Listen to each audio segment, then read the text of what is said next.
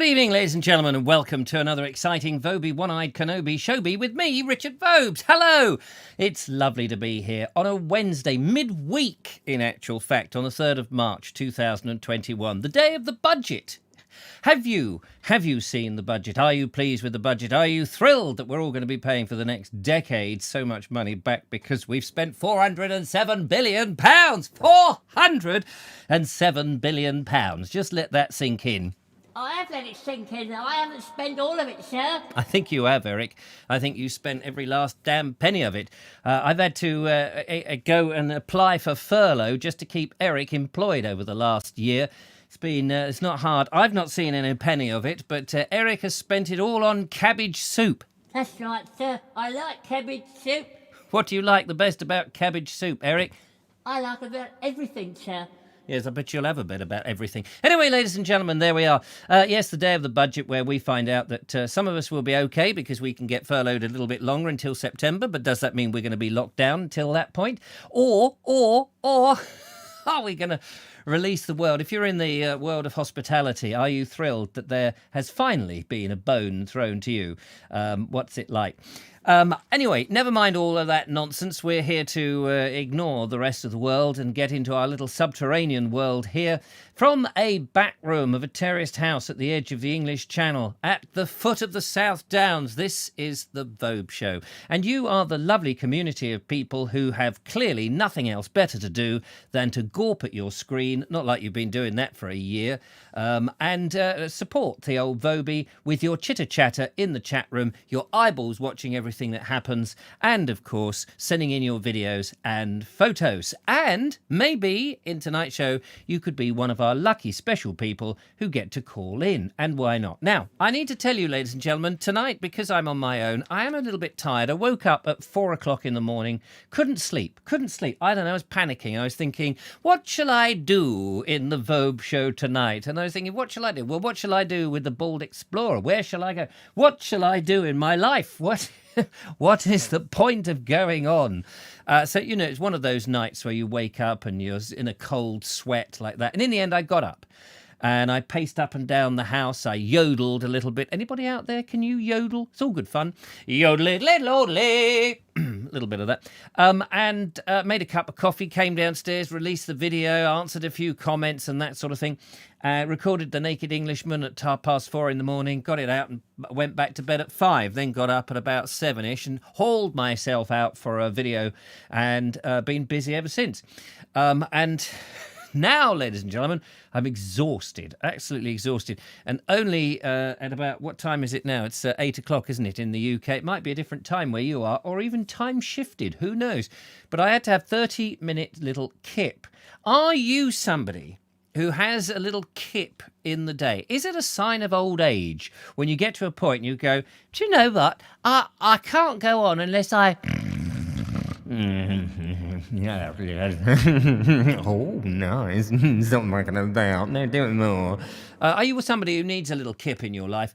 Or are you somebody that stringently says, no, sleeping is for the evening only. I will not have a lie down between that. Do let me know in the comments, or indeed you can call in. Today we're going to open up the fine lines of telephone connections. Yes, the telephonery early 0793 474 790. You can give us a tinkle, which is nice. Let's have a look at some of the comments. Hello to everybody, by the way, who is out there in the Vobosphere, and I know that a lot of people are out there tonight. It's 52 people concurrently watching, but I think a lot more, judging by all these comments that we've seen so far, are there, and you're very welcome. The lovely Julia, Dan's World, hello, the Bald Explorer, and the lovely Julia, nice to see you. Tool Rog Podge is there, or Podge Rog. Station Master's Choice, Anna Jones, and a number of others. Let me just go scrolly down. Sean Ford is out there. It's nice to see you, Sean. Mark Burgess, Stephen Montville. We also have, he says, scrolling, hoping that some other name comes up before he runs out of breath. Oh, yes, there it is. Kathy B, nice to see you. I love reading the comments, she says, as much as listening to the old Vobie One-Eyed Kenobi, which is very nice. Thank you very much. Steve Baker. Now, I had a lovely chat with Steve Baker. If you are a patron, you're in for a lovely, lovely, lovely, lovely surprise, because Steve Baker is my special guest in Conversation With. And he and I talk about a whole host of all sorts of different things. It will be coming out on Sunday. If you're not a patron of the Vobes, if you don't support the Vobes in any shape or way, then you won't get it. Simple as that. I know it's a harsh world. It is a harsh world out there, but, somehow one has to pay the bills, So I appreciate that. Bonnie H is there. Hi, everybody. Nice to see you. She missed the show on Monday, apparently, but don't let that worry you. You're here now, which is fantastic. Alison O'Brien, which is nice to see you too. I'm scrolling down. Colonel Craig Ratty, Robert Brailsford, lovely to see you. How is the world of Bath, Robert? Seeing as you're in that sort of down there in Somerset, I think it's all right there. I think when I last looked, it was all right. The Bath is still there. They still go in and splish, splash, splishity, splosh, all about, which is nice. Judith, good evening to you. She's very busy making sure nobody is misbehaving, which is perfect. We have also Mother Nature. Good to see you, Mother Nature. I hadn't had a video from you, Mother Nature, for a while. You gave us that wonderful video some time back where you were out and about, and it was lovely to see you. But we're waiting for some more of these videos from people who've only ever sent them in once or never at all. Be lovely to see more of those. Kerry Baldwin, hello to you. I am, where am I? He's been a soldier, Mad Jack Fuller, reading the book. It's upstairs beside my bed, actually. Yes, I've got to where he's a soldier, and he's been down there. They've been soldering at Bright Helmstone. That's been fascinating. And, of course, he was an absentee planter, wasn't he? And he was in the slave trade. Whoa! We have a phone call. There we are. Look, let's answer the phone and find out who is on the dog and bone. Hello, caller. Welcome to the Vobie One-Eyed Kenobi Shobi, live from wherever you are sitting. Get off my land! Get off my land! You're on my land, you beggar. What are you doing? I'm bringing you. Oh. I haven't spoken to you for ages. No, you haven't. You haven't called me. What you been up to then there, Robert? I've been sat in here on my own doing nothing. Oh, bless you, cotton socks. Have you not been out at all? I'm out. You are out. Well, no, we're not allowed out. Say that again. We're not allowed out. Oh, you're not allowed out. Sorry, no, of course. Well, you are allowed out. You are allowed. I mean, how do you get your shopping? Do you still have it delivered to you? Oh, yeah, of course I do. Of course I do. That's how it works here in bloody old Somerset. So tell me, you've had the injection because you were one of the early ones, weren't you? Yeah, I had one. Yeah, the Royal Navy did that for me. The Royal Navy, that's right. Did you have to go onto a submarine or something to get it? No. No. Talking of submarines. Yeah. Where I used to live, on the next village, a chap there made a yellow submarine. No. He had a garage. And this yellow submarine was outside the garage for ages. And he planned to go over the Atlantic with it, but he didn't get very far. How long was this submarine? Oh, about as long as a submarine is. Oh, right. Was it on his drive, did you say? No, it was on the forecourt of the garage. Oh, on the forecourt of the garage. Blimey. It must have been a long old forecourt. And what was he doing? Filling it up with petrol? No, fill it up with water eventually. Oh, filling up with water to see if there's any leaks, because that's what you do. It was probably about 15 foot long, 20 foot, something like that. Oh, right, 20 foot long. Is that how? I think they're longer than that, aren't they? Submarines generally. Well, yeah, but this one was only for one person. Oh, I see. Did it have a little bubble at the top that he sits in? Yes, yeah. And was he going? We all live in a yellow submarine. Woo! A yellow submarine. Woo! A yellow submarine. What are you talking about? What's that? What's what? What you were talking about this? You said he was in a yellow submarine.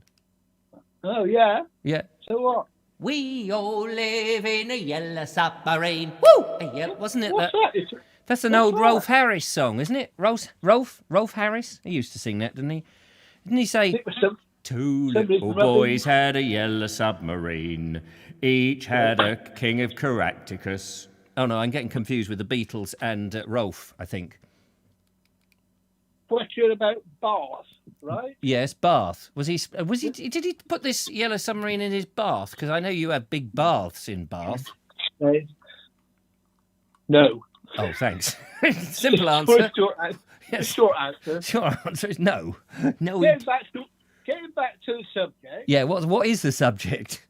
The city of Bath Spa you were talking about. Oh yeah. Go on. Have I been there? Have you been? Well, we don't go there in the lockdown. It's too bloody busy. Yes, of course. Don't go out into Bath where everybody's locked down because it's so busy. Is it? Is it full of tourists? I don't know. I haven't been there. Yeah. I get reports about it. So, I stay away from Bath at the best of times. Yes. It's always full of tourists and students and conservatives.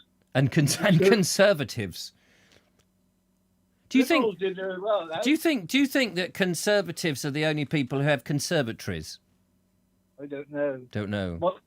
My MP, he's okay. He's a good chap. He is. Is he? What's the name of your MP? Rupert. Oh, Rupert. Oh, that is. And is he conservative? I'm sure you've heard of Rupert, haven't you? Well, yeah, but there's many Ruperts, isn't there? There's Rupert the bear. Rupert the bear. Everyone knows his name. And all of his games. He's not a Conservative MP, is he? Who isn't? Rupert Bear? Yeah. No, I don't know what his last name. Tell me his last name. Why are you keeping it a secret? Yeah. Actually, his name is Jacob. Rupert Jacob? No, his real name is Jacob. Oh, are you talking about the Master of the House? Jacob Rees-Mogg. Yeah, yes. He's a good chap. He's a good man. I like Jacob Rees-Mogg. Yeah, he's a good chap. He's done a few things for me, but he's never given me any bloody money. No, well, he keeps it all for himself because he's got that big house and a number of... He's got his nanny to look after. He's got to make sure... Daddy bought all that. Yeah, exactly. He can't afford to give you any money. The likes of you, I mean, goodness gracious. I mean, you are a Vobes viewer, for goodness sake. No. You know, you've been... You might listen to this. You never know, do you? He might ring in a minute. He might, yeah. You can imagine him sitting there in his office at Houses of Parliament, where he is, spending some of his time in between being ever so polite and all the rest of it. So I'm sorry, I can't take any calls. I'm just watching the Vogue show.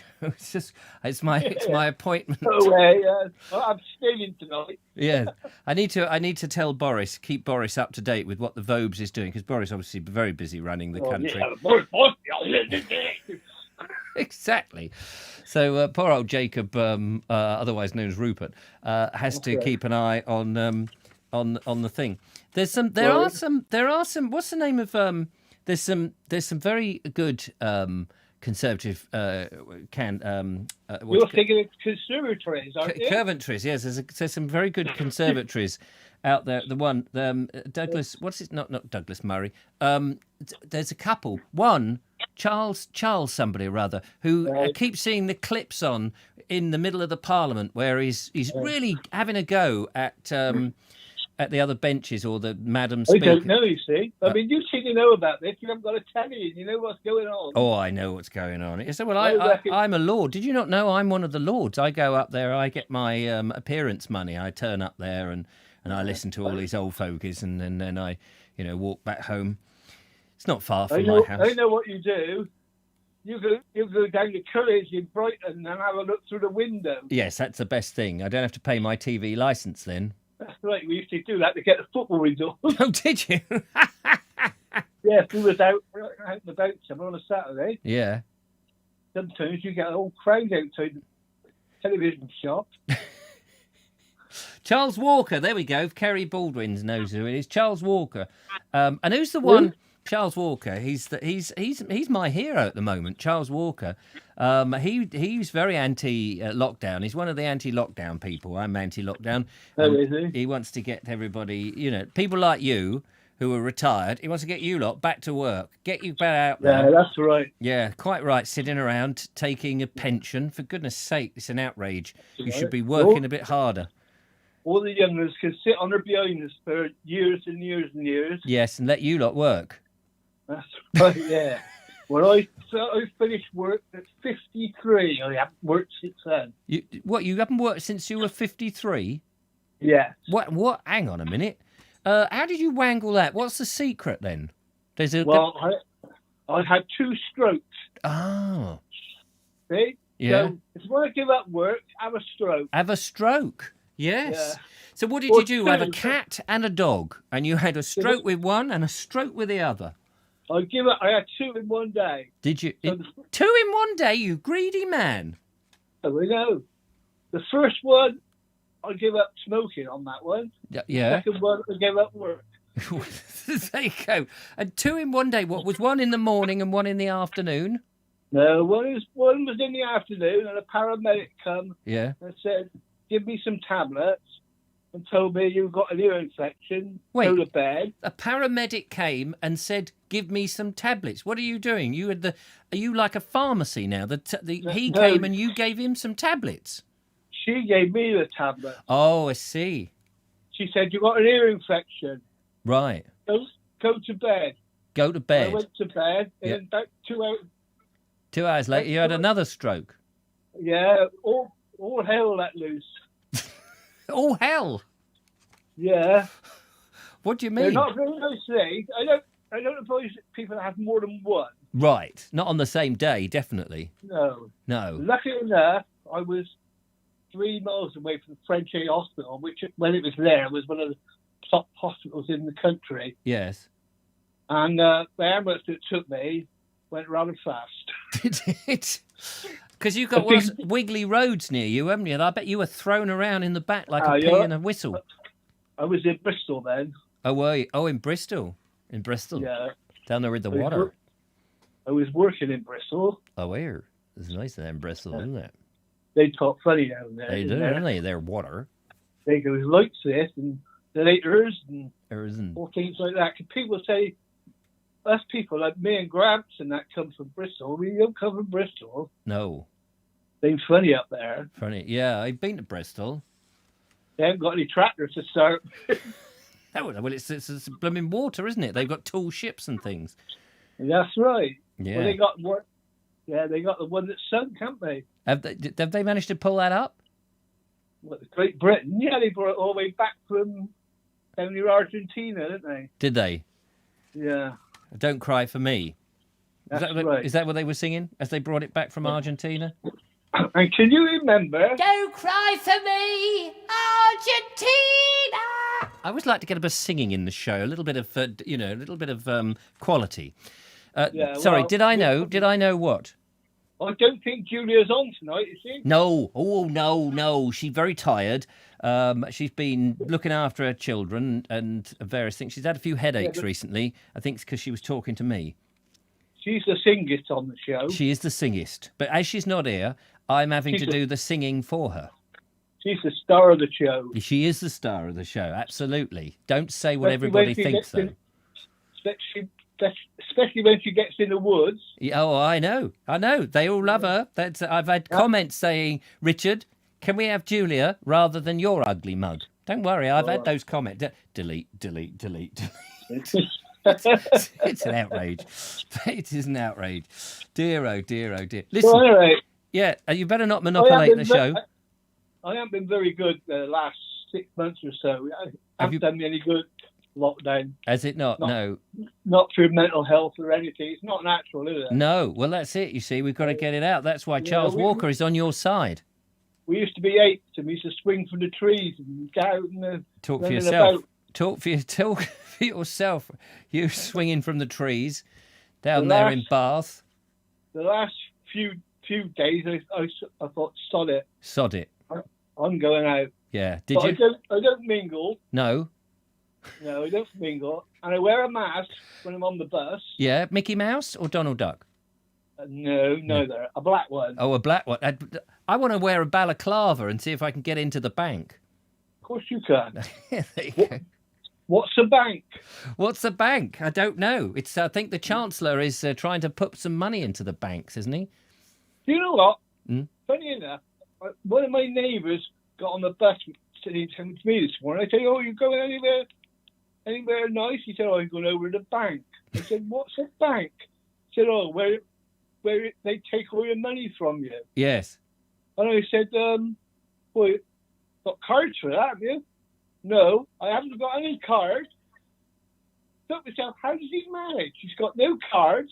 No. He hasn't even got a checkbook. Hasn't got a checkbook. I Well, think I I think it was Bonnie. Bonnie said she wanted to support the show, and she said, "How can I do that if I don't use PayPal?" So I said, "Well, you can send me a check." She said, "I haven't That's written right. a check for 20 years or something, or 2 years." No, I've got 2 checkbooks here now. That Have I've you? never Well, you can used. write the check on her behalf then. No. Oh, I'm so cheeky. I can send a penny by PayPal. Oh yes, please do. I'd like to see how much All right, PayPal I'm on the money. job now. Yeah, thank Right. you. They'll take their 49% or whatever it is they take from a penny. Well, they don't take so much as what. Patreon.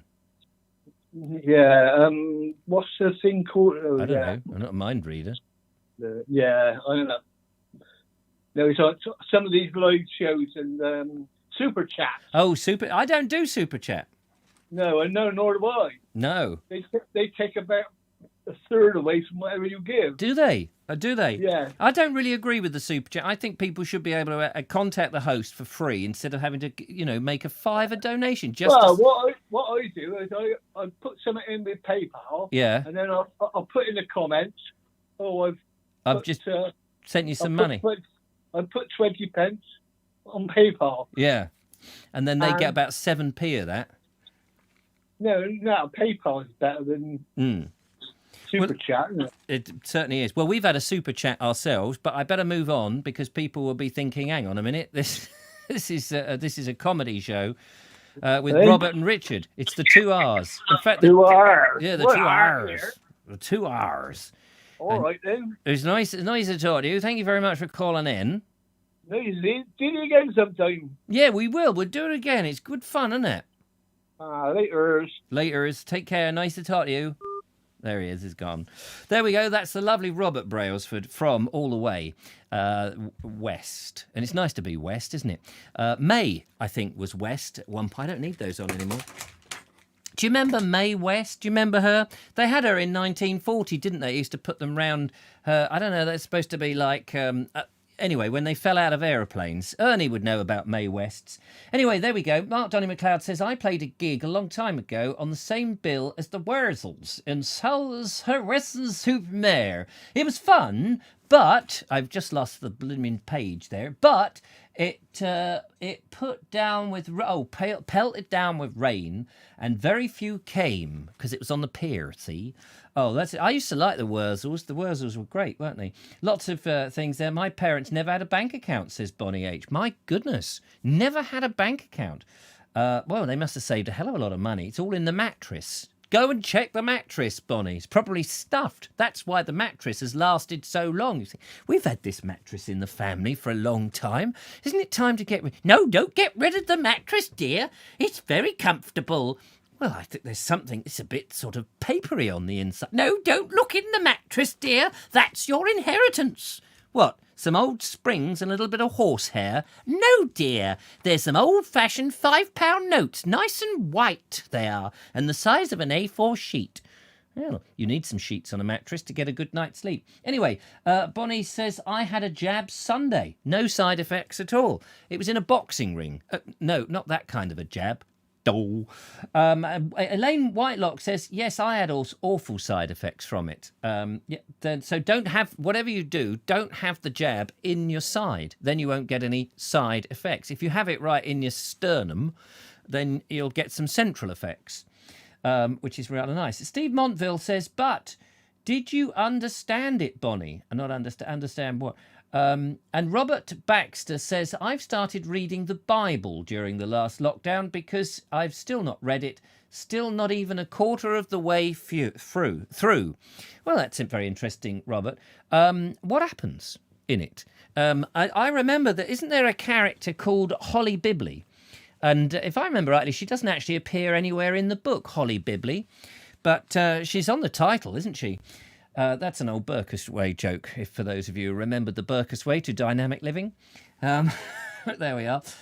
What have we got? Steve Baker says, when my great-granddad dies, they could lift the mattress. They couldn't lift the mattress as it was stuffed with sovereigns.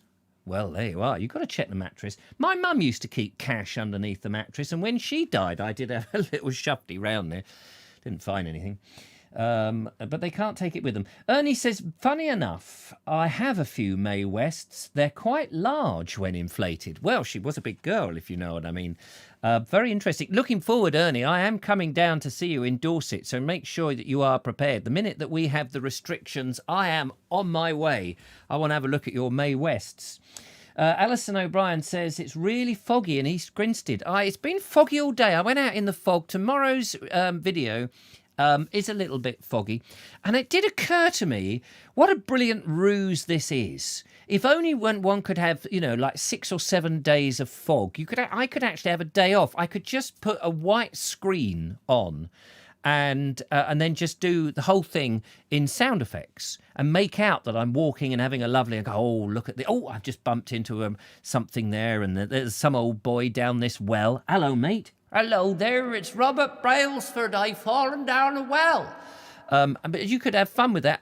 Although, of course, could I just do a whole load of night walks and just put a black screen on and not actually do anything at all? I didn't think about that, but thank you. Giving me a great idea. Bonnie says, I've also read the Quran. My goodness. I remember that I read a book by Al Quran. Anyone remember Al Quran? He was a magician in the 1950s, and he used to do all sorts of things. He was quite a famous person back in the days. Ooh, says Bonnie, does the Vobes have time off? I don't know what time off means. And Murphy, where have you been? Says, where have you been? Says Robert Croser, talking to Murphy. Anyway, where is Murphy? Oh, there he is. Andrew Murphy. We haven't had a moment of Murphy for a while. Anyway, I think it's time to show a video. Better do that. Let's get rid of the phone call. Thank you so much to Robert down there in Bath, sloshing about. And he's be careful, because he will be on a bus near you, heading off in a yellow submarine. So, into the video box we will go. And in the video box tonight, Bernie is going to give us some more of the interesting facts of Jack Fuller. Mad Jack Fuller of Brightlington. So let's find out some more of that. And if I press the appropriate button, we'll get there. Right. I'm going to search for an observatory now. So I really am out in the wilds of Sussex here. And up on the hill there, on the top of the hill, you will see another of Jack Fuller's buildings. This one isn't actually a folly, or wasn't. He did actually provide the money for this for a purpose. And as you can see, I don't think it is in use as an observatory anymore, but he built it, to say the least, and nil at 7:15 on a Sunday, not Sunday is it, Bank Holiday Monday morning. One of the trademarks of the estate here was that in order to provide work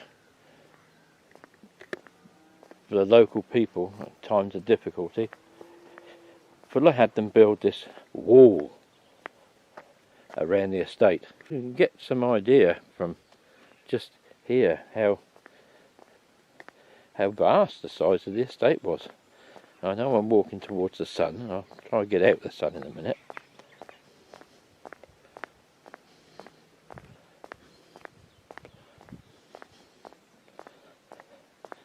And you'll see the wall disappearing round the corner towards Brightling itself. Now, one of the other things that Fuller built was a summer house. And this is annoying because I'm fairly certain the summer house is just over the other side of those trees there. But there are no signs here to say that there is a public footpath.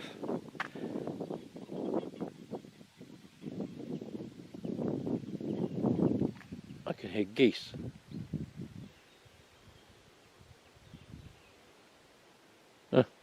Yes, as I say, there are no signs to say it's a public footpath, so I really don't dare go up there. spoke earlier about the iron industry. And, the Sussex ironstone, also used quite extensively in building. Oh, there's a bird up there that's having a real... I am here in the centre of the village of Brightling, and this is one side of the church. You can see the dark walls there. There's the ironstone. I think that's ironstone, possibly a mix of iron and sandstone. It's been here quite a while, as you can see from some of these older graves here. But, well, a lovely setting. What a lovely building. Oh, look. How lovely.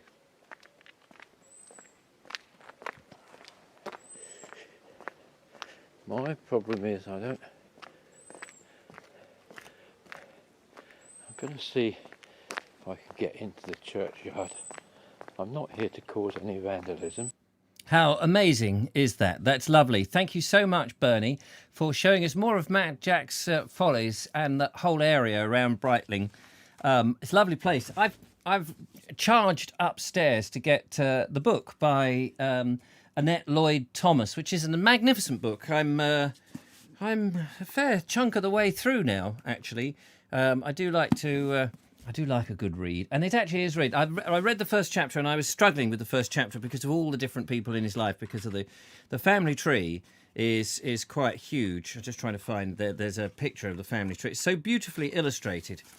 So the family tree has got all these different people in it, and Annette does tell you all of everybody right at the beginning, and it's a whole dynasty of different people. So it's quite tricky. It's a beautiful book, and if anybody's interested in buying the book, it's £25, unless you get a second-hand copy from somewhere. But from me, through me, I have spoken to the publishers, and I can get £5 off. You have to have a special code, and I can't remember what it is off the top of my head, but if you're interested, email me, richard@vobes.com, and I'll give you the code. I'm going to put it on Facebook, probably, on the Bald Explorer page. She sent it to me yesterday, and I meant to do it yesterday, but I've been a bit busy. It is a lovely book, and it's a good read, and it's fascinating. He is an interesting, wonderful character, and it's got these amazing illustrations in the book, and I'm just looking, because you can never find it when you want to. I was just looking for the illustration of the summer house, because I did catch it. Oh, here we go. I think, is that the summer house? There we are. That's the summer house. The sort of trunda. Is it called the trunda? What is it called? One of the most popular is the landscape. The rotunda. There we are. The rotunda. And I have actually been there. I think I sneaked in. Don't tell anybody. It was years ago. I sneaked in to have a look. And now you showed us the Sugarloaf a while back, and you showed us in the last episode the needle thing. What's it called here? The obelisk has been used as landmarks ever since. The purpose of the Brightling needle and the date of its construction is uncertain due to the lack of an inscription. It says on there, and there was the Sugarloaf. I just thought I saw the Sugarloaf a few minutes ago in here. They're beautiful watercolours of the... Oh, no, this is the... now, I did, in my Oddballs Eccentric, Mad Jack's Folly of the tower. There's the tower, and it's a lovely tower. Apparently, he built that so he could watch Bodiam Castle being constructed, as I believe. That's his temple. Oh, that's his temple. Okay. Oh, yes. And am I not right in thinking that the code stone was used in the summer house? Yeah, you're quite right. I got confused there. Was it code stone, which was invented by Mrs. Code or something? Have I got that right? I seem to remember we went there to the summer house. We did a walk round. I was with a lady who took me to some of these places. And there is a podcast somewhere in my archive. I've no idea where it is. I must dig that out. And code stone it's not a real stone. It's a manufactured stone, but it was manufactured back in those time, in 17, whenever it was. Lots of interesting things to talk about. Aren't Breitling's watches, says Bonnie. I have no idea. Is Breitling near Burwash? I think it's closer to Burwash than Worthing. I thought Bernie was very nice either way. He is very nice. And instead of using black and white screen, use a green screen and you can do a video anywhere you like. That is a good notion. Thank you very much for that, whoever suggested that, Colonel Craig Ratty. And Albion88 says, Richard, have you ever done the sand dance as per Wilson and Keppel? Great stuff from the old days. What I haven't, but I know what you mean. Good fun, definitely. Robert Croser says, I'd pay £1,000 to watch Richard and Brailsford do the sand dance. Yeah, £1,000, that's 500 quid each. Robert, we could be in with the money, which would be nice.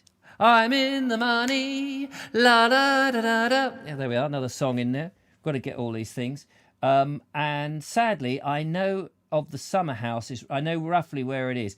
I have been to it, and now you mentioned that. But Codestone, COAD stone, it was invented by a woman, and it's like a plaster, isn't it? That goes very hard, if I remember rightly. Nobody's mentioning that. Does that get mentioned in the book? I don't know. But apparently there's some examples of Codestone. How's Eric? Eric is very well. Thank you very much. We did have a chat with Eric earlier, but he's dozed off. Anyway, so that was Bernie. Thank you so much, Bernie. Now, Robin Jones, I don't know if Robin Jones is out there. He sent another picture in, and I thought we'll have a quick look at the picture, because this is sort of almost appropriate. There's a little bit of shenanigans going on with Robin Jones in today's show. I'm not quite sure what he means, but he seems to have implied that a few things have been misappropriately taken and placed somewhere for this photograph that he has sent. But we're going into, of course, the art gallery.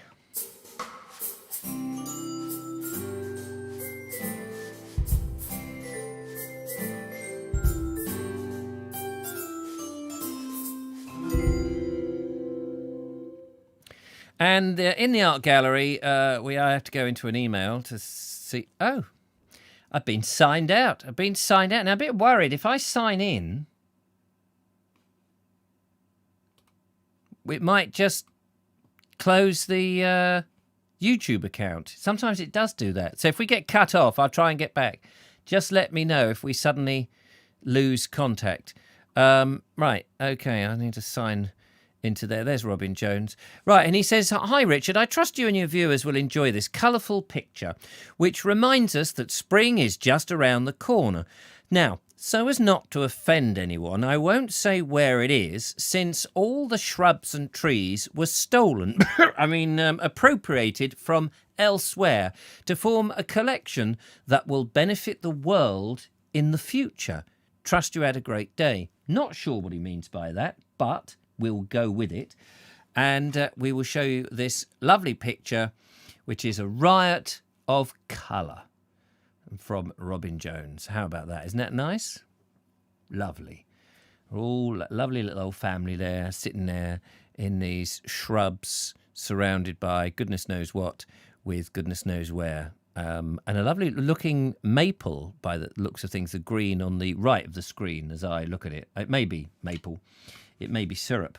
Who knows? But it's there. So there we go. Thank you very much, Robin. We love your pictures. If anybody else wants to send in some pictures, if you've been doing some pictures, do send them in. Or use some drawings, sketches, that sort of stuff for the art gallery. We'll keep it going. Excuse me. That would be absolutely fantabulous. So there we go. Jackie Lowe says, "I think Eric's busy washing the Bald Explorer jumpers." I noticed at the beginning of the show there was a lot of guessing about jumpers. By the way, what do you think of this wonderful jumper that I am modelling tonight?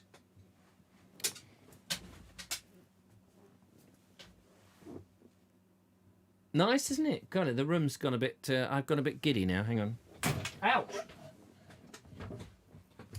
And by the way, in the new studio, I've got this rather lovely sign that's going up. John Bray very kindly donated it. Morris Traveller. But I've got nowhere to put it at the moment.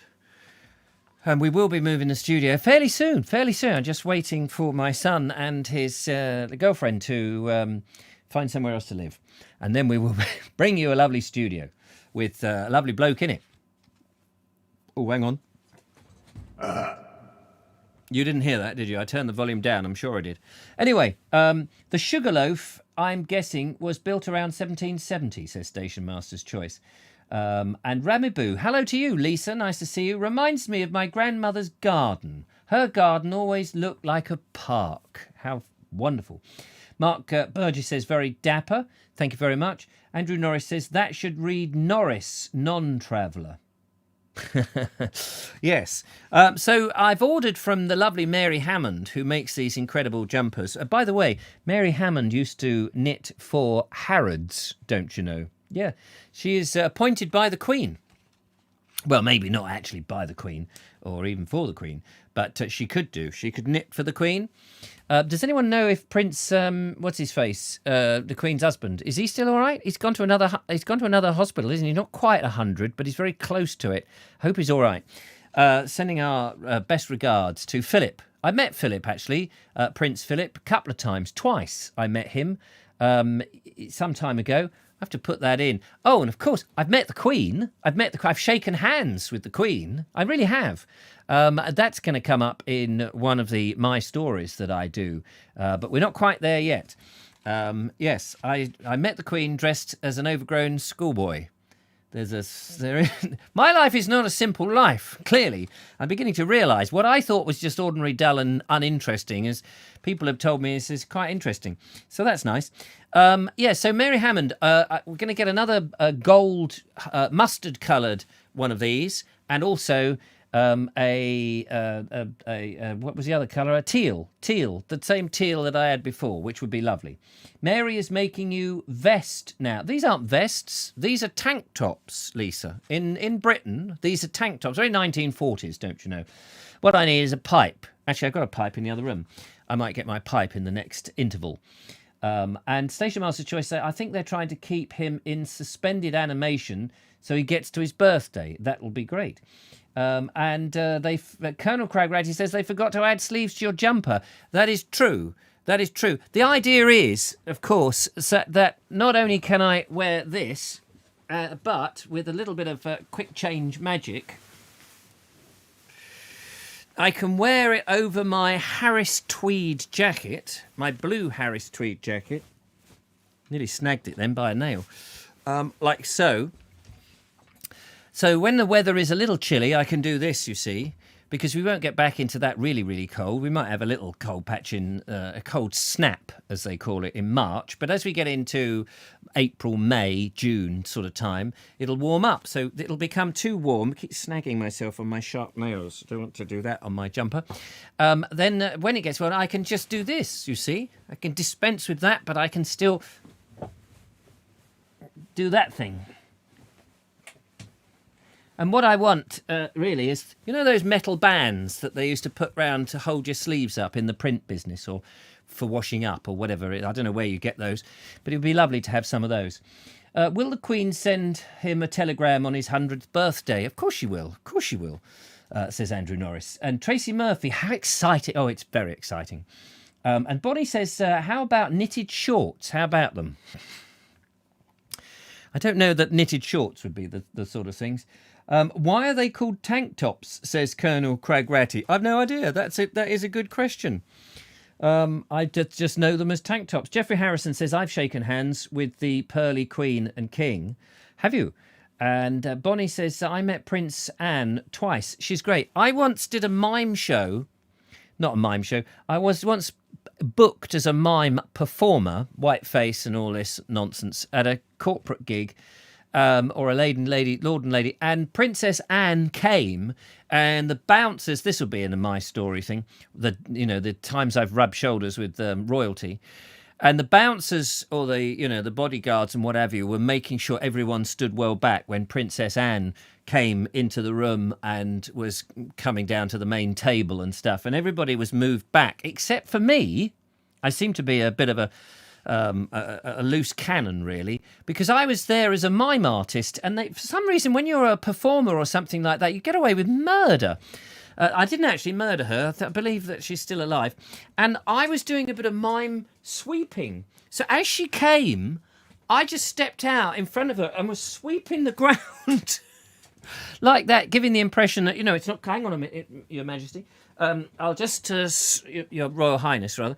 I'll just sweep. So I did a bit of that, and then she sort of, gave me a little smile and carried on. Why wouldn't she? Why wouldn't she? I was just performing, harmless. I had nothing in my hand other than the mime brush. It was all good fun. And Bonnie says, I had a knitted swimsuit as a kid. It was a disaster. Did it come unknitted as you were swimming? And, little, what's this? Little thread comes flying off. That would be amazing.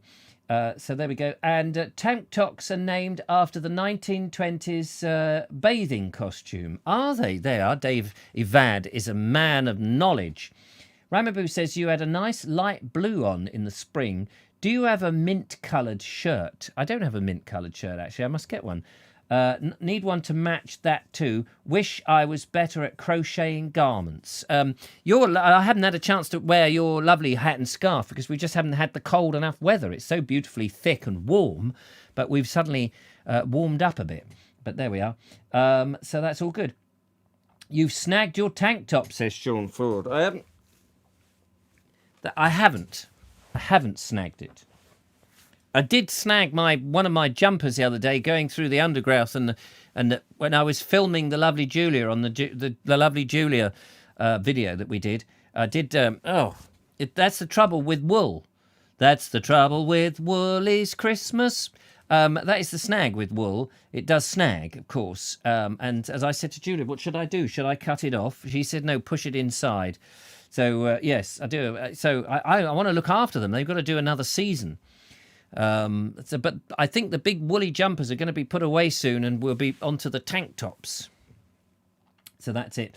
Brilliant. Linda Cadman, hello to you, Linda Cadman. How are you? She says, hi, Richard. Have you had your jab yet? What are your thoughts on it? I'm not having the jab, actually. I'm too young to have the jab. I won't get offered the jab for years yet.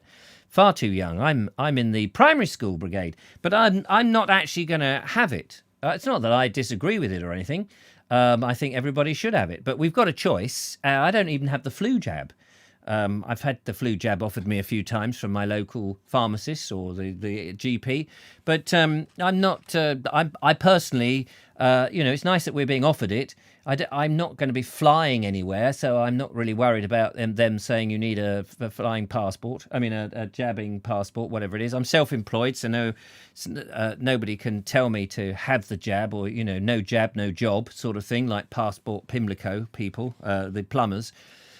So, yes, I have no intention of having it, at least not for a couple of years. I want to see what happens. I think those people that need to have it so that they feel safe. Anybody who wants it should have it. I have no problems with them having it at all. It's a personal decision, but I don't see the need because I'm actually a healthy specimen. So that's it. String Tree says, I had my jab the other day. My claim to fame was on the Couples Come Dine With Me. Oh, yes, I think you've mentioned that before. We'd love to see a version of it. You've got a clip. Maybe you could send the video in. And Ramaboo says, I'm allergic to the flu shot. It makes me nervous to think what a COVID shot would do to me. Yes, well, obviously everybody doesn't need to have it. We only need something like 60% or 70%, I think, immunity in the community. Immunity in the community. So what we mustn't let happen, and I feel strongly about this, is that we mustn't make it mandatory, and we mustn't force people who don't want it to have it, or people who can't have it to have it. We mustn't allow that to happen. So I'm standing up for those people who don't want it. The majority of people will have it, and that's fine. And the thing is, most of the people who do need it have had it now. So we could open up the country and people in theory won't die. But we're now being told, well, young people will end up in hospital. But there's so many, so small. Anyway, let's not get into that. I had side effects for 24 hours, yes. And the thing is, nobody's had the second jab yet. Have they? Have they? Has anybody had the second one? How do we know what happens when you get the second one? That's my worry. I want to wait until everyone's had the second jab and see how many people have pegged it. There have been people who've had terrible reactions to it and have died. Not many. And I imagine that is to be expected, that some people, they just can't cope with it. I don't think that's a conspiracy or anything like that. Stephen Montville says, technically, it's not a vaccine, it's biological therapy. Is it? How does that work technically? What's the difference between being inoculated and vaccinated? There's a question for you. I'd love to know the answer to that. I'm afraid of who we has as press will be making it mandatory. Big Brother is watching you, says Rami Boo. Jackie Lowe says, had mine, felt rough the next day. I will be immune by Mother's Day. Oh, well, when is Mother's Day, by the way? Robin Jones says, I'm Adam, yam, jowl, no side effects. Not sure what that means. And Alison says, I'm having my jab on Saturday. Jeffrey Harrison says, I'll have yours. You're very welcome. I'm saving the country money by not having it. Colonel Craig Ratty says, lots of people have had the second jab over 80s. Oh, right. OK, that's cool. I didn't know that. I think we should, unless you're not going anywhere near another human being for a while, says Mark Dominic. I'm not going near anybody. Don't worry about that. I like going out filming on my own. That's fair enough. But if you're in constant contact, then you should have it if you can. I'm not in constant contact with anybody, so that's quite all right. I think it's whether the vaccine is live or not. I'm not sure what you mean by that. One is live and the other isn't. It's a live vaccine or not. Yes, I mean, I'm not scared of having the COVID itself and having my body do the work that it would normally do because I'm healthy. If I die as a result of it, I'll, take it back. The vaccines are rolling out now. You should be having your second jab. So, oh, well, fair enough. I'm the same as you, Richard. I won't have it either, says Sean Ford. Good for you, mate. It's like, it's just a personal thing, isn't it? We don't have to have it. It's not mandatory if you don't want it. And if you're not going to be... I think I've already had it, you see. I think I had something in February before March last year. I think I had the COVID when it was... before everyone was going on about it. I had a weird chesty thing... and nobody knew what it, we weren't talking about COVID. There was this sort of vague thing. It was in China, but because we found out that it was over here a lot earlier than everybody thought. And I think I had it then, but it could have been anything. How does one know? Mother Nature attenuated, says Robin Jones. Love a bit of Latin banter. I'm not having it, says Robert Baxter. There we go. I mean, there's plenty of people who don't want it. And I think you have to be respectful. If you don't want foreign stuff put into your arm by a government directive, I think then that's perfectly reasonable. Because if you make it mandatory and it becomes, well, what you set a precedent then, don't you? Because you never quite know. We have given away. I mean, this is the for me, the worrying thing is we have given away in this situation so many of our rights, and people have willingly given our rights away because we've been feared. And I didn't want to get into this, but there is this whole notion that in order to keep, I forget who said it now, a famous politician said that in order to keep the populace under control, you've got to make them fearful. And that's what's happened. We were fearful back in the 1960s when everyone was told that there was going to be a big freeze, and we thought that climate change was coming and there was going to be a massive freeze. And in 1962 to 63, the winter of, we had this dreadful cold winter, and everyone said, there you go, there's the proof that the new ice age is coming. And apparently it was something to do with pollutants in the air. Man had contributed to this, and the sun couldn't get in, and therefore we were all going to have this big freeze. Now, all of a sudden, it's man is polluting the atmosphere, and actually it's global warming, not global freezing. So we've had that scare, and that's gone on and driven us ever so mad. We had the millennium bug. Oh, well, everything's going to, you've got to buy new computers and all of this because the bug is going to bugger up everything. Turns out that was a load of old rubbish as well. All these things, these big global things that we keep hearing about, and yet people never seem to remember any of this. And so the governments just continually scare you with so many things. There was a hole in the ozone layer. Whatever happened to that? For years it was like, oh yes, the CFCs from the kitchen fridge were all going to die because the UV light is going to come in, it's going to scorch us to smithereens. And then we just stopped using the gas and it was perfectly fine. It was a very simple thing. We just stopped, but everybody, oh yeah, we're all going to die because of these bloody fridge gases. That was another thing to scare us. I think the environment thing has been a terrific one to scare children of 12 years of age, to say, you know what, your parents are killing you because they drive diesel particulates in their cars, that your parents are killing you, that you're not going to have a future. These idiots from whatever they called, I can't even remember their name, they're so stupid, what do they call themselves? This group that they dance about in London, stop all the traffic, cause a whole load of stuff. The end of the world people, you know what they're like. I forget what they're called. Somebody's going to tell me in a minute. And then we had all this Black Lives Matter stuff, and people just jump on that. Yeah, well, we're all going to be frightened. I just find the whole thing is, don't listen to the media and don't listen to the governments half the time, because they're just trying to keep you scared witless.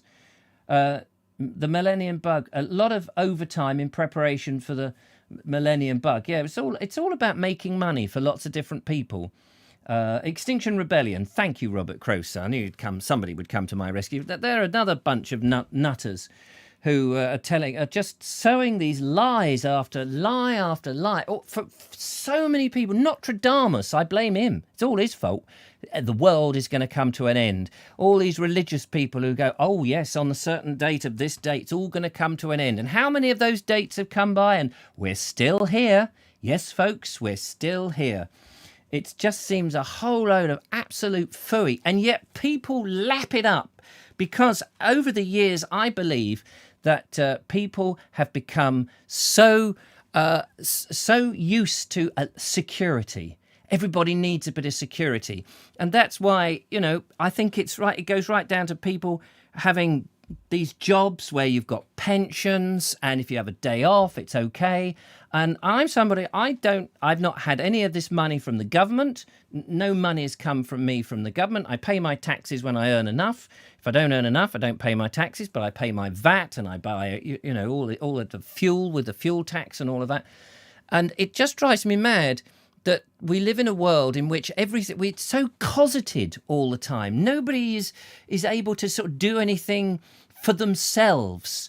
And the unions are in there making sure that everybody gets paid, and the teachers won't go back to school because they're frightened that the kids are going to pass COVID, and they're saying, oh, you've got to wear masks. Now some of the schools are saying, well, we're not wearing, you can't have children for 8 hours a day on their way in the corridor and in the classroom wearing masks. And people are going, oh yeah, but it's COVID, we're all going to die. It's like, oh, get real, for God's sake.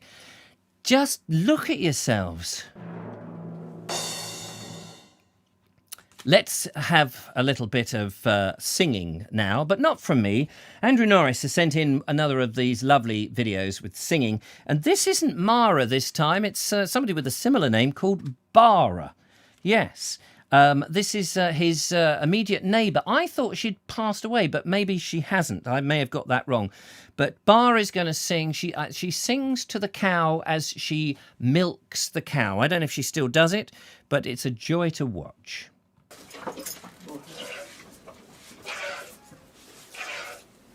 Oh. 나 배나 지는다. 가리 빼셔야 해.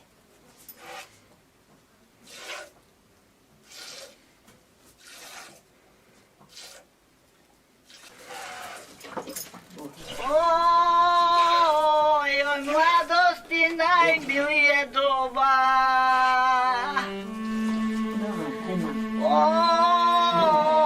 Oj, da mi te je uživa do groba.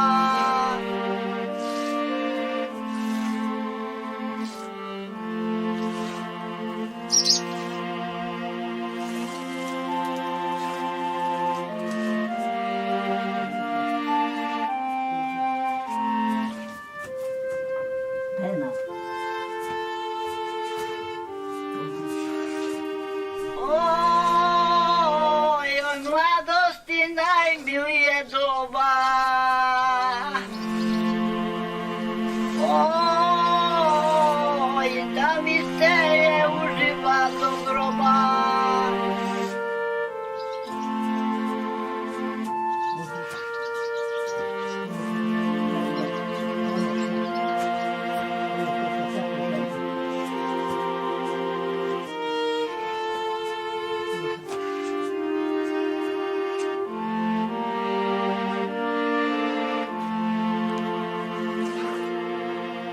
Oj, oj, mladosti najmilije doba.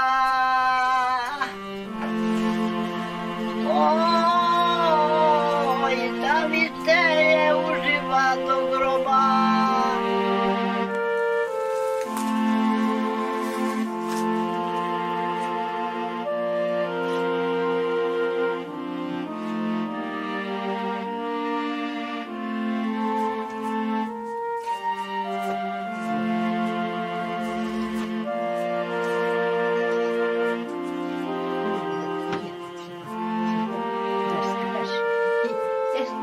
Das ist eine Immelkarte.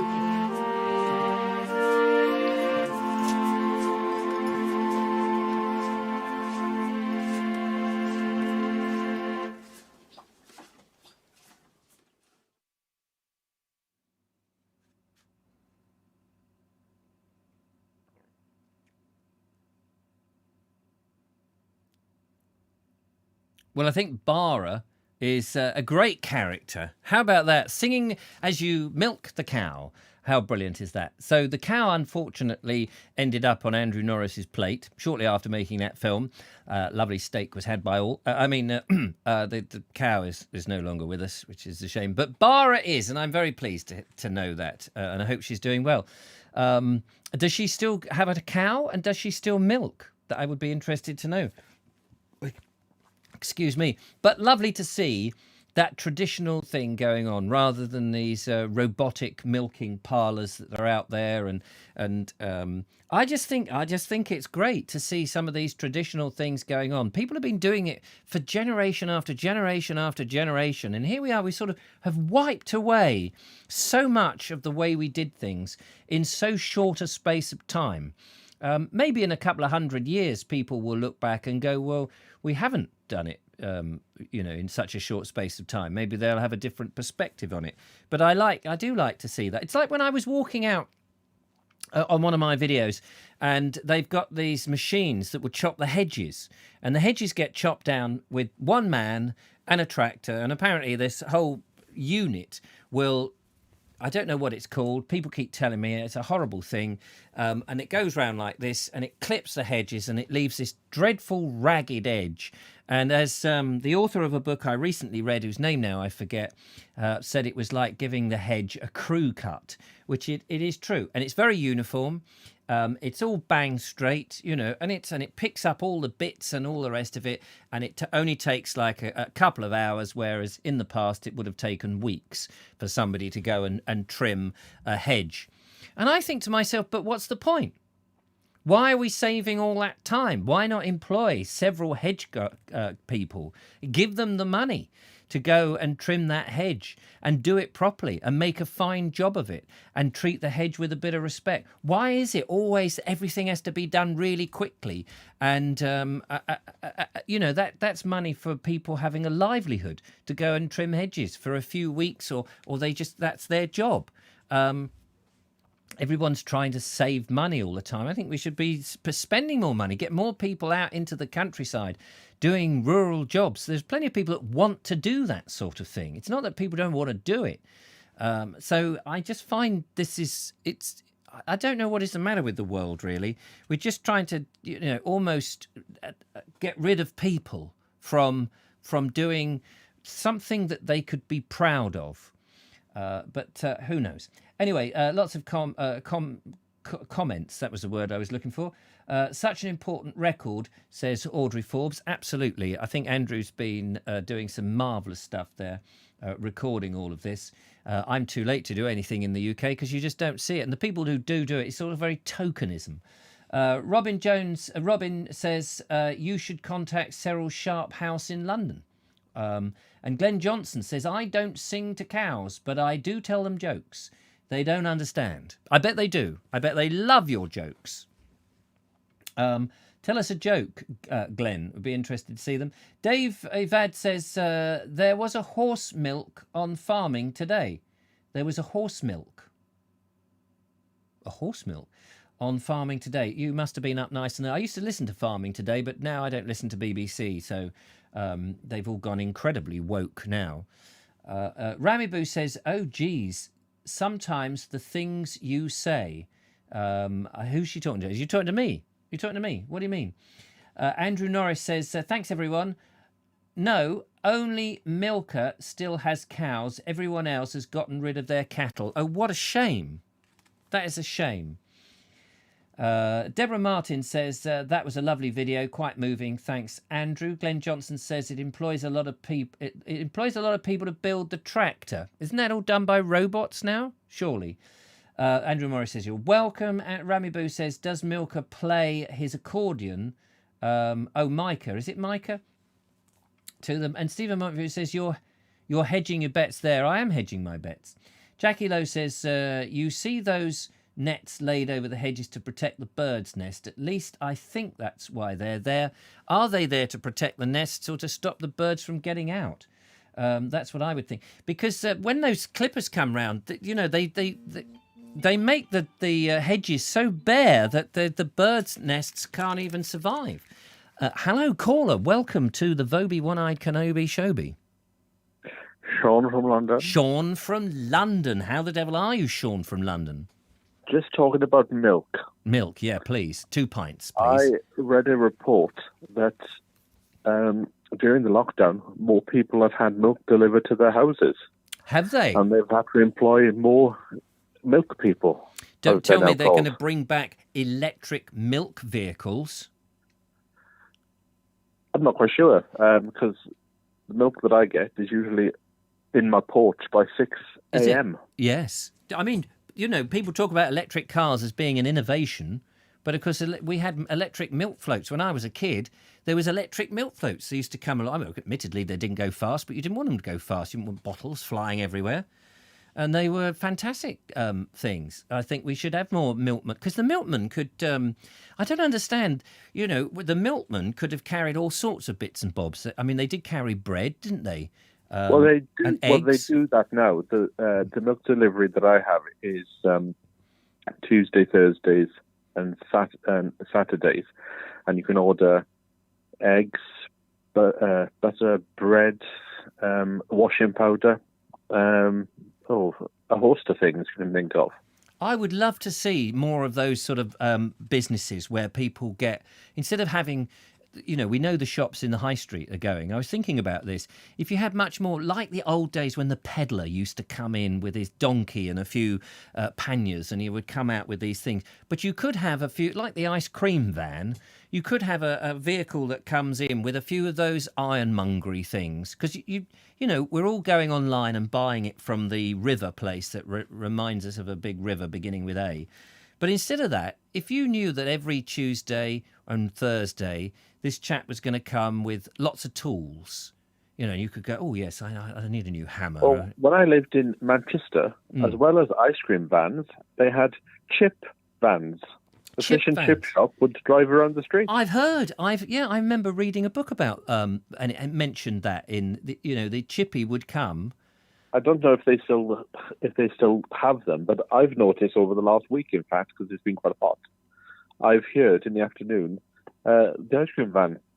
Yeah. Which is strange because you don't really hear things like that in No, London. but I mean, in the old days, there are all those sort of things. I mean, we have the burger vans and things, don't you? The gourmet burgers and the greasy burgers and all of that. But I think it's great to have a fish. I would love to have a fish and chip, one that's really good that would come down your street and it would park up and away you go. You just go, oh yes, I go and nip out. Well, I can remember when you used to hear the dulcet tones of "Ring a bell, ring a bell." Do that again. Ring a bell, ring a bell. Excellent. Put a bit of reverb on there, make it real. Yeah. And if you went and give him something, you had a free fish in a bag. Did you? A free fish in about what, like a goldfish? Yeah. God. Yeah, I mean, remember they were good days. A friend of mine dropped his fish in the street, and there was a bit of coal, and he picked it up and he got a bar of soap, and he washed the fish. It didn't float, but that was fine because we found something else and went to go and see the Rag and Bone Man the next Thursday. Fantastic. Yeah, but they were good days, weren't they? Because it got you out of the house for one thing. And you would, you'd go and I remember the ice cream van, the thrill as a child. There's the ice cream van. It came down the road, and you'd run out, and you'd run and you'd ask your parents, "Yeah, can I have an ice cream, Mum? Can I have an ice cream?" She'd go, "Oh, for God's sake!" And you'd get you an ice cream, and it was lovely. It was a little highlight of the day. We don't have these highlights anymore. Well, I found a picture of myself the other day. Where we used to go to the market on a Thursday. And this picture is of me having my picture taken with a monkey. And you have your picture taken and then pay the man the shillings or whatever it was. And then you had to go back to the market the next Thursday to pick up the picture. With the monkey. And I found it the other day. I was just thinking, well, something happened yesterday. I went to my local shop. And they had a traffic light system for the people. So you had to wait outside until the green light came on, and then you walked into the shop, and then they changed colour. What, the people changed colour? Oh, the lights changed colour, yeah. So it was traffic lights for people. Gosh. But when I was packing my stuff up, they didn't have any plastic bags. They had paper bags, and obviously it broke by the time I even got to the door. Oh, gosh. But it did take me back to the 70s when we used to have paper bags then, and used to put all your food in, and you'd get halfway down the street and the thing would just fall apart. I'm just reading the comments here. Now, Bonnie said, she's told me this before, and I think this is brilliant. She says, we have a horse box that comes to our park and is full of local farmers' produce. I would like to see that happen. I think that a greengrocer on wheels in people's streets would be fantastic with local produce. I've thought about this. I even thought this could be something, not seriously, but it would be something I would love to see happen. And would I do it to sort of start it off? But it's obviously people are doing it. Yeah. But I just think if you could get an army of a fleet of vehicles with local produce in season that would just turn out at people's doors and people could buy it, they wouldn't go to the supermarket, especially if they could get nice deals. And it would be even better if it was in one of those cars. You did a video about a week ago mentioning a car, and I thought, let's go onto Google and have a look at it. And I've now fallen in love with these type of cars. Which car is it?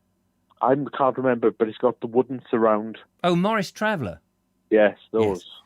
20,000 they are now. 20,000? Yes. According to the Google search that I did. Gosh. That is a lot of money. You need a bigger vehicle than a Morris 1000, though. A Morris Traveller. But could you imagine the fruit and veg man coming around with that? Yeah. I mean, I think if you could bring back some of this, I mean, it's a shame really that COVID isn't going on for another couple of years, because I think innovation would then start. People would start to do things like this. And you need something as drastic. Now, I don't like the lockdown at all. I think it's a terrible thing, and I think we're now realising how dreadful it's been for people with cancer, and more people are going to die as a result of being in lockdown than actually people who died from lockdown, but on a longer term basis. But that's beside the point. I think I would love to see these innovative, but based on these old things where. As I say, the greengrocer comes around in a vehicle with local farm produce. I mean, there's not enough local farms doing it. I'd like to see the farmers, say, a big sod off to the big distributors, grow their products locally, supply a chain of local greengrocers who are all individually making some money out of this themselves, and screw the bloody supermarkets over. So that people no longer go there. Supermarkets could do this, because my father was the manager of a co-op back in the 80s.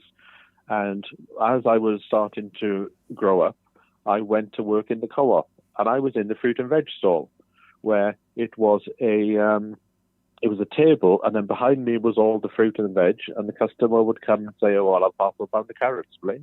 Yeah. And go and put it into the paper bag, and they'd go off. And they'd be happy as Larry. Well, exactly. And he was happy. Yeah. I mean, I think sometimes things go round in cycles, and that if you could get the youth interested in this, if you could get the younger people who could, who might have in the old days have bought up an old burger van and gone to festivals and fetes and done up and sold burgers, if you could get them thinking, wait a minute, if we could get carrots and veg and all these things and shove it on a very nice little vehicle and turn up on a regular slot, and people came out and bought stuff, they could make a living. If people aren't greedy about having to make thousands and thousands of pounds and have jobs in which they spend 2 hours commuting and then they have no life, but if they have a job in which they have a community, life is about mixing with people, talking with people, laughing, singing, joking, and all of that. I could see somebody who's got a little vehicle like this, pootle round, do their round, and Mrs. Jones comes out and Mr. Dixon comes out and whatever, and they're buying their stuff, and it's a lovely community. It brings people together, and they're sharing recipes and that, and then the ironmonger is comes the next day, and people are buying. If people were doing all of that, the supermarkets would soon switch up and go, wait a minute, we're losing money to these people who are buying local. That's what they want.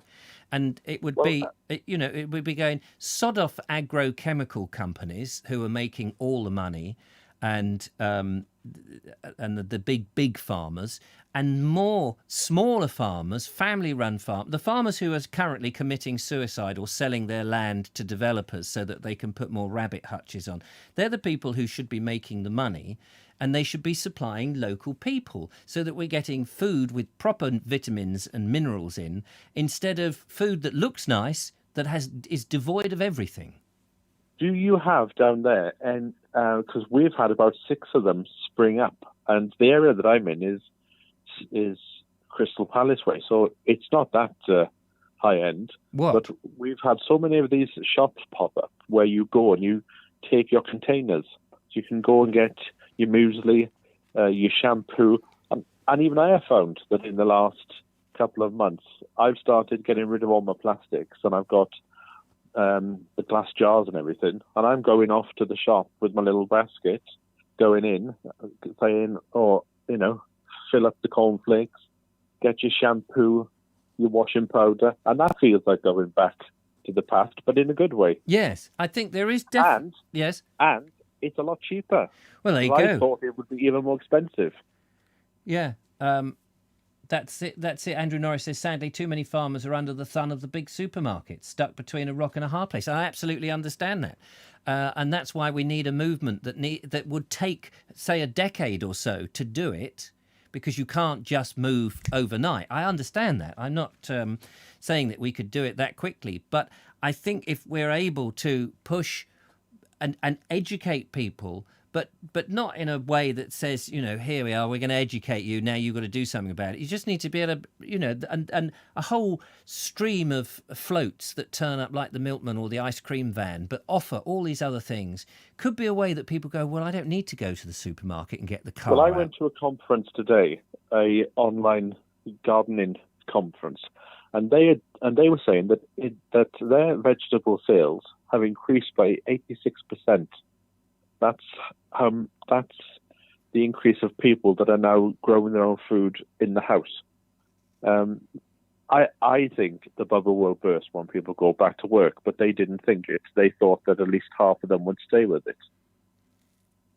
So a lot more people are sort of getting in tune to where their food's coming from. Yes. And obviously, unless you've got a big field, you're not going to be self-sufficient. But you could be self-sufficient in salad, say, cucumbers and things like that. Yes. So it'd be interesting to see if because I'm not on the desktop, so I can't see the comments. It'd be interesting to see how many people grow their own food, even if that's just salads. It's a start. Yes, no, absolutely. I mean, people did it in the war, didn't they? They were all growing food to help the thing, and they were much healthier. And I just think that people are, at the moment, they're so wrapped up with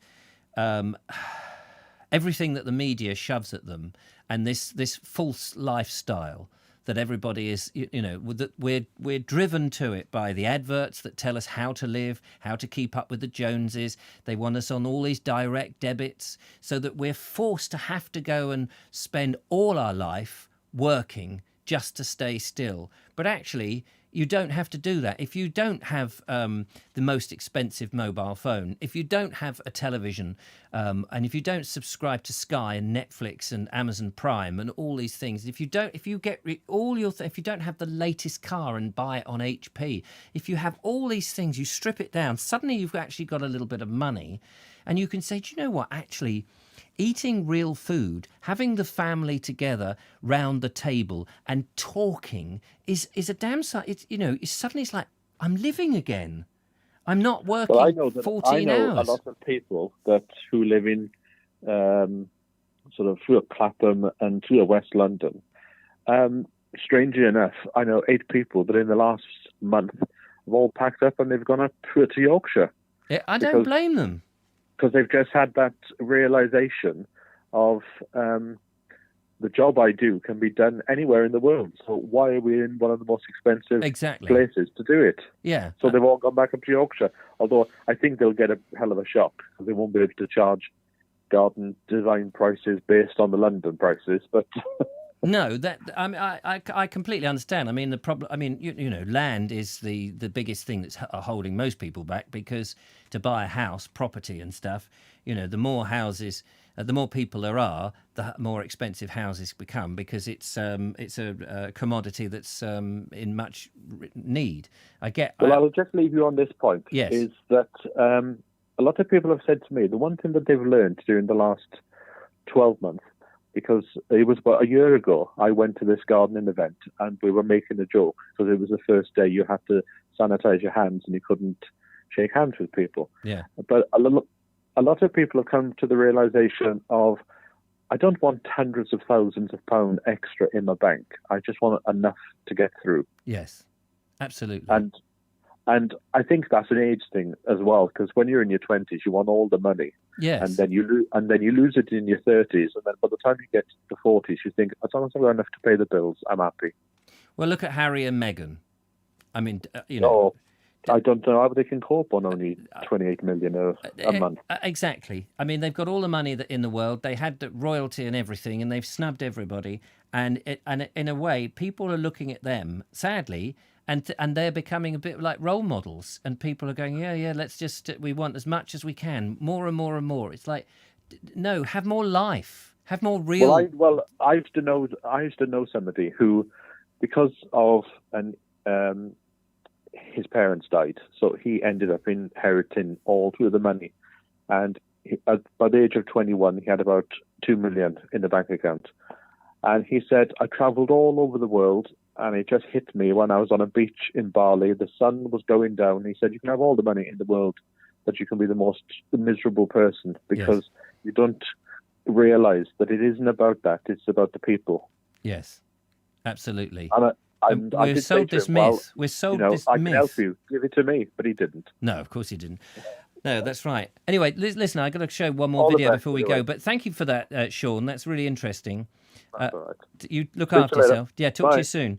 There we are. That's Sean from London. Of course, he has his own allotment channel, so do check him out. And that's the thing. We're sold this myth, and I think this is a deliberate plan because the country can't run unless we're all out working all hours that God sends and buying as much as we... And now, of course, we're going to be sold this, that people have, all this money is going to be invested in lots more business. We've got to be more progressive. We've got to get people working again. And actually, maybe during this time that people have been locked in, they may have thought, I actually quite like spending time in my garden. At first, I hated it. At first, I hated being locked in the house with nothing to do and just watching the telly. But because it's been a year, I think some people, not everybody, but some people will have adjusted their lives and they've thought, the first 3 months were grim, but actually now I've read more books and I enjoy reading suddenly. I never had time to do that before. I enjoy walking, looking at nature, and talking to somebody across the garden gate. Obviously they can't come in and all of those. But I think some people are going to go, I don't want to go back to work. I'm just going to downsize, have a smaller thing and have more time for me and less time for the man. So it'd be interesting to see how things go. But of course, the younger people still are going to be bombarded by everything that's been told to them by media, by social media, by Twitter, by Instagram, by all these things being told. You've got to buy the latest thing. You've got to spend, and you need all these direct debits. You need all of this, all that glitters that isn't gold. You're going to be the magpie. Oh, look, there's something there. No. Sitting and reading a book is boring. You need a subscription to this and that and the other. And, of course, you need to watch the Vobes show every Monday, Wednesday and Friday and the Board Explorer every day, of course. Let us go to our last video. And this is Roy, and he was interested because people had made comments about his Nissan Leaf, the electric car he's got, and the noise it makes. So he's made a video to demonstrate just how much noise an electric car can really have. So let's have a little look at that. Good evening to the Vobes show. On Monday's show, Julia mentioned that she thought electric cars ought to make an audible noise. Well, my Nissan Leaf does. Now, I've got a series of clips coming up now. The first ones I've got the noise on, and there is a couple of clips in the middle with the noise switched off, and then there's a couple of clips at the end with the noise back on. You can switch that noise off. As I say, the ones in the middle, I turned it off so you can see the difference. Now, from 15 mile an hour, you hear tyre noise, so it just sounds really like any other car. Anyway, I'm enjoying the show. Take care, everybody, and look forward to more shows. Bye for now, folks. Bye.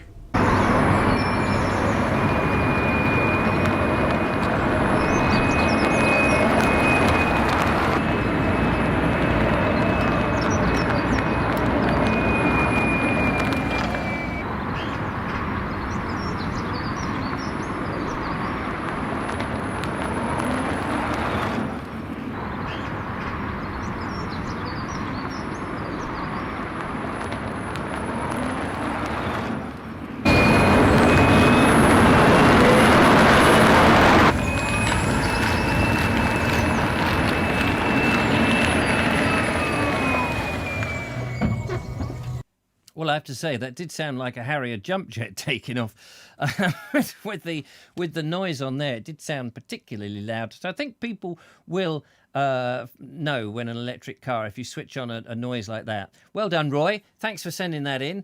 Lovely to see your green screen work as ever. Brilliant, very impressive. Thank you very much. Ladies and gentlemen, we're coming up to the end of the show now. So Let's just quickly go through some of the final comments before we say arrivederci and thanks very much and all of that. Let's just skate back a bit. We grow peas, says Station Master's Choice. At my station, my grandson loves popping them, but ask many children where the peas come from, and they're likely to reply from Tesco's. Yes, that is the great thing. Steve Gully, nice to see you. He says, we don't want Londoners up here.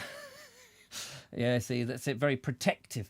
And Albion Ray says, I grow salad, lettuce, rocket beans, loads of herbs and tomatoes. Great times in July through to September. Yes, absolutely. I'm coming round your house to have a salad. Sounds lovely. Graham Cass says, spring onions, lettuces, tomatoes, flowering seeds, all sitting on my window seals. Lovely to have those seals sitting there on your window, which is always good. Bonnie H says, middle class women stayed at home. Working class women had no choice but to work. And I guess you're talking about, in previous days. And of course, nobody's saying that everything is the same for everybody. There's people who are better off than other people, of course, not just because they've got better jobs, but for a whole host of different reasons. And, one can try and level everybody up, but it's very difficult to do that, isn't it? If you believe the stuff the government tells you when they're being elected, the manifestos, they're all trying to do that, but nobody seems to ever solve any of these problems. It always surprises me every time we have an election. You think, and they say, oh, we're going to get children out of poverty and we're going to give the working people a lot more money and all of this. And then year after, election after election after election, it's the same old pledges. And you think, well, they never solved it. They've never solved this for like 100 years. What makes them think they're going to solve it in the next 5 years? I never quite understand. They sell the same old things and people just believe them. How do they believe them? Kerry Baldwin says, I forgot my rhubarb. Oh, so sorry about that. Audrey Forbes says, we grow tomatoes, cucumbers, onions, beetroots, beans, spring onions, rhubarb and black currants and apples. Fantastic. I wish I could grow more. I just don't have a garden at the moment. I would like to have a little cottage in the middle of nowhere so I could grow stuff. Robin Jones says, a Welshman from Yorkshire living in South London. I'm confused. And John B says, there are many fine things in life, finer things, in fact, than money. And I couldn't agree more. Obviously, some people have to work all hours, of course, because they have very little choice. And nobody's knocking that at all. Money gives you a lot of choices, says Bonnie H. Of course, I think she also said that it can buy you a lot of flights to Australia. But who wants to buy lots of flights to Australia? I never quite understand that. The most important thing is your health, says Elaine Whitelock, which is true, which is why it's been so clever of the government to scare, in fact, all governments, to scare the population witless when only 97% of the population are actually the ones that are likely to die from the COVID thing. But let's not go down that one. But somehow or other, we've managed to now inoculate or vaccinate or going to everybody, even though only 97% of them really actually need this thing. Jackie says that money buys you nothing except time and choice, but you've got to make the time and you've got to have that choice. Robert Croser says, I'd love to have an alternative lifestyle, but that doesn't come for free. No, but it might come for a lot less than you actually need. And Sean says, love makes the world go round, not money. Colonel Craig Ratty says, I discovered the Bald Explorer because of lockdown. Thank you very much. I very much appreciate that. Red Moon Conjure says, and it's very nice to see you, by the way, Red Moon. If I haven't read out any of your comments, I do apologise. I just do this completely at randomly. I'm not filtering them out. He says, I want to spend £120 on running shoes. Then I shall do... I work hard and shrouds don't have pockets. Yes, I'll try and work that one out.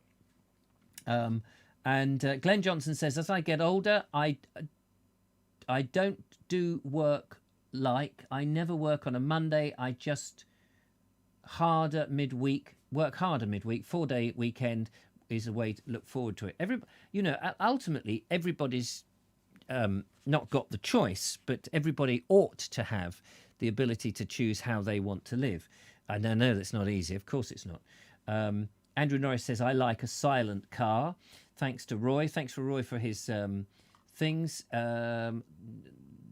Nigel Sadler, hello to you. It's nice to see you. Tracy Murphy says, I enjoyed the show. Great show tonight. Roll on Friday. Robert Croser says, I'd have Brian Blessed shouting, get out of the way. Get out of the way! Flash is alive! That would be hilarious. So there we go, that's it. And Attenberg Eagle says, read the opening lines of David Hume's The First Principles of Government will explain everything about modern life, and it was written 200 years ago. Attenberg Eagles, what is it? What is it? Have you got a link to it?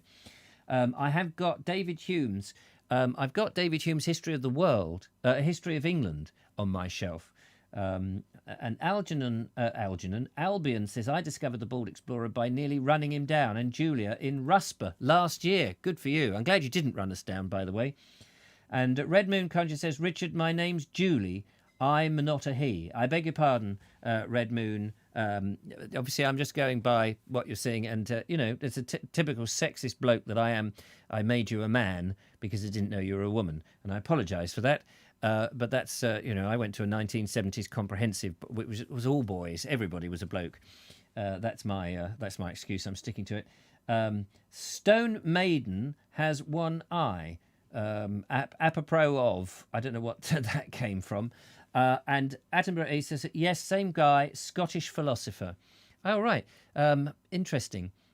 Great show. I've been listening, not commenting, multitasking, says Judith. Well done. Thank you, Judith, for all your assistance and making sure everybody's behaving themselves. So there we go. I identify as a beagle, says Stephen Montville. Yes, it's easily done. The long hair confuses many. Sorry, I can't see your icon. I know your icon comes up. It's so titchy. Is it not an icon? What do they call it? There's a name for the little picture, isn't there? I know it's temporarily gone from my brain. What do they call it? The not emoji, but you know what I mean. The picture of you, whatever it is. Anyway, Richard speaks his mind, and I admire that, says John B. Yes, I think you know, ultimately you should be able to say what you think. People may disagree with you, and we can all agree to disagree if we so wish, but we should all still be able to get on. Just because I don't agree with how your thoughts and you don't agree with my thoughts, we might agree on a whole host of different things. We can still be bud and buzzies, or even bud and buzzies. No, I can't even say it. I've been speaking far too much. Anyway, that's it for tonight. Thank you very much for tuning in. Back again on Friday. Bald Explorer video for you tomorrow. Naked Englishman podcast, no doubt, too. The content keeps going. I need to go to sleep and recogitate the old brain and get the brain cells working. So thank you so much for everything. Look after yourselves. Keep smiling, and we will get through all of this. But for now, that's it. Take care. Look after yourselves. Thanks for coming. Thanks to Judith and Julie. Thanks to Bernie for the video, Andrew Norris for Bara and singing, Roy for his Nissan Leaf, and Robin Jones for the picture. Thanks to Robert Brailsford and Sean James Cameron for calling in, and for you contributing in the chat room, and everybody else who's just watched and enjoyed it from afar. If you have, give us a thumbs up before I press the button. But until next time, take care, look after yourselves, and thanks again. Bye-bye for now. Bye-bye.